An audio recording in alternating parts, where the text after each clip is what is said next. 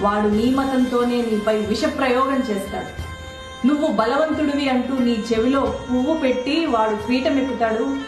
నువ్వు బలహీనుడివి అంటూ నీ చేతికి ఒక పతంగినిచ్చి వాడు పైకి ఎగురుతాడు. వాడి లక్ష్యం నీ అభివృద్ధి కాదు, వాడి అధికారం మాత్రమే. ఇది గుర్తించు. మతం మత్తులో నువ్వు కళ్ళు మూసుకొని ఉండడమే వాడికి కావాలి.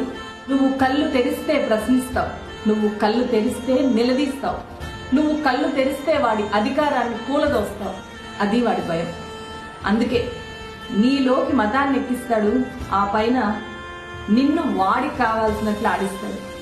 ఎన్నికలు వచ్చిన ప్రతిసారి వాడి ఏకైక ఆయుధం మతం మాత్రమే. అదే ఆయుధంతో ఈసారి కూడా మళ్ళీ వస్తున్నాడు, నీ వైపే దూసుకొస్తున్నాడు. మేలుకో మిత్రమా, మేలుకో, త్వరగా తేరుకో. నిన్ను నువ్వు కాపాడుకోవాలి, నీ దేశాన్ని కూడా నువ్వే కాపాడుకోవాలి అనే విషయాన్ని గుర్తుపెట్టు.